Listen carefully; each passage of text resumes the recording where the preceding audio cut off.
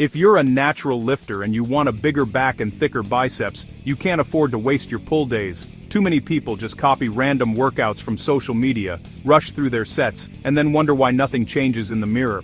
In this video, you're getting a complete pull day workout that's built for natural lifters. Smart exercise selection, effective volume, and clear form cues you can actually follow. Stick to this workout for the next 8 weeks and your back width, thickness, and arm size will look completely different. Welcome to your new pull day. This session will target your lats, upper back, rear delts, and biceps with 5 proven exercises. We'll start with heavy compound work for maximum muscle recruitment, then move into more targeted movements to really finish the muscles. Here's the structure. Exercise 1. Vertical pull for width. Exercise 2. Horizontal row for thickness. Exercise 3. Single arm row for imbalance correction and mind-muscle connection. Exercise 4. Heavy curl for overall biceps mass. Exercise 5. Hammer curl for forearms and brachialis. All you need to do is commit to this session, stop ego lifting, and actually focus on feeling the muscles work. Before we get into the details, here's how you'll run this workout.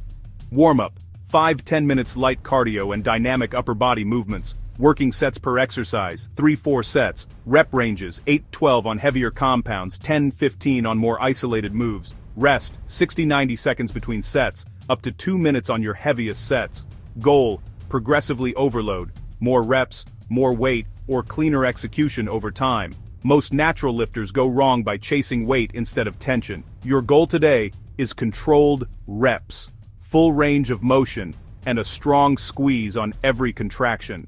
Now let's break down each exercise with clear technique cues and mindset tips so you actually get the most out of every single set.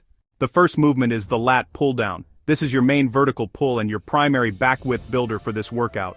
Sets: 3-4, reps: 8-12, rest: 90 seconds. Setup: sit down with your thighs secured under the pads and your feet flat on the floor.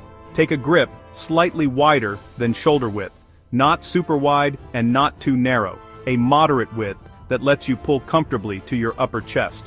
Before you even move the bar, lock in your position. Chest up and slightly lifted. Shoulder blades pulled down and back. Core lightly braced. Think about putting your shoulders in your back pocket. That's how you engage your lats. Execution: start each rep by pulling your shoulders down, not by just bending your elbows.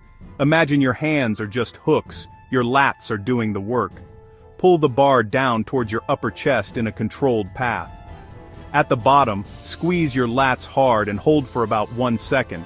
Slowly control the bar back up, letting your lats stretch at the top without fully relaxing. Avoid these common mistakes. Leaning way back and turning the movement into a row, using momentum and swinging your torso. Letting the bar snap back up with no control. Mindset cue: on every rep, ask yourself, do I feel this in my lats? If you only feel your arms and shoulders, lighten the weight and rebuild the mind-muscle connection. Run your working sets with the same focus from first rep to last. This is where your V-taper starts. Next, we move to a horizontal pulling exercise to build thickness across your mid-back, rhomboids, mid-traps, and lower lats. You can use a seated cable row, chest-supported row machine, or a T-bar row. Choose the option in your gym that lets you move weight safely with full control. Sets: 3-4. Reps: 8-12. Rest: 90 seconds. Setup: take a neutral or slightly pronated grip. Sit or stand tall, chest up, shoulders down and back, core tight. At the start of the movement, you should feel a slight stretch in your lats and mid-back, but your lower back stays neutral, not rounded. Execution: begin the pull by bringing your shoulder blades together, not by yanking with your arms. Pull the handle towards your lower chest or upper abs. At the top, squeeze your mid-back hard for a brief pause. Control the weight all the way back, letting your shoulder blades move forward slightly without losing posture. Tempo: use a controlled, slightly slower negative. 1-2 seconds on the way up, 2-3 seconds on the way down. This controlled eccentric is where a lot of natural lifters unlock new growth. Don't rush it. Common mistakes: going too heavy and turning the exercise into a partial range shrug. letting the lower back round or hyperextend. Maintien sur, dropping the weight instead of controlling it. Mindset cue. On each rep, imagine you're trying to pinch a pencil between your shoulder blades at the peak contraction. Your goal is thick, dense muscle, not just moving weight from point A to B. Now we go to a single arm row to fix imbalances and deepen your connection with each side of your back. This movement is brutally effective when done correctly, and useless when you just yank the weight with momentum. Sets, 3 reps, 10 to 12 per side. Rest, about 60-90 seconds between sets. Setup, place one knee and one hand on a bench for support. Your working foot is firmly on the floor, hip back slightly, spine neutral. Let the dumbbell hang straight down from your shoulder with a neutral grip. Before you pull, lock your core and set your shoulder by pulling it slightly down and back. Execution. Start the movement from your back, not your biceps.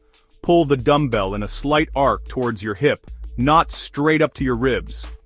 At the top, squeeze your lat and mid-back hard for a second. Slowly lower the weight back down until you feel a deep stretch in your lat. Think of putting your elbow in your back pocket. Line.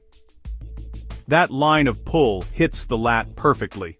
Common mistakes. Twisting your torso to cheat the weight up, turning it into a shrug by lifting the shoulder towards your ear. Using too much weight and losing control of the negative mindset cue. This is a great exercise to practice discipline. Choose a weight you can truly control for 10-12 quality reps. If your form breaks down at rep 7, the weight is too heavy. On your last few reps each set, your focus should increase, not decrease. Stay tight, no swinging, full stretch, hard squeeze. With your back thoroughly worked, it's time to hit the biceps with a heavy, straightforward mass builder, the barbell or EZ bar curl. Sets, 3-4, reps, 8-12, rest, 60-90 seconds. Setup, stand tall with your feet about hip width apart. Hold the bar with an underhand grip, shoulder width or just inside shoulder width. Keep your chest up, shoulders back, and elbows close to your sides. Execution. Start each rep from a fully extended position, but don't hyperextend your elbows. Curl the bar up in a smooth arc, focusing on driving your hands up while your elbows stay fixed by your sides.